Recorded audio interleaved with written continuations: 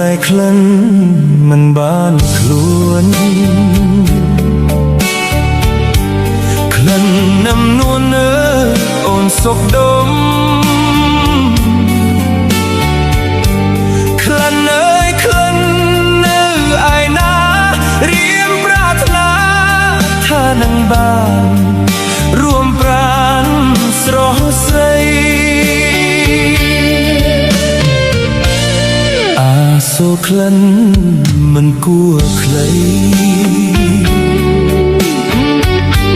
ក្លិនឯទៀតអើយមិនដូចស្រីក្លិនអើយមិនមានពីរបីរៀមអាឡ័យខ្សែឲ្យលើ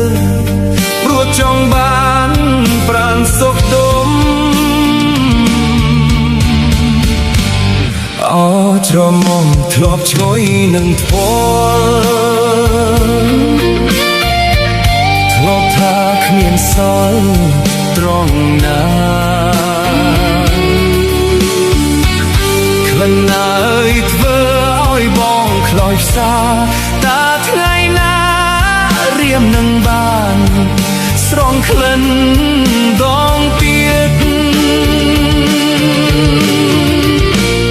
សាច់សមត្ថភ្នត់ប្រលន់ទុនអើយទុនគ្មានគឺគ្រាតាថ្ងៃណាបានជួបទៀតរូបអូនឃ្លាតចោលបងគ្មានអាណិតស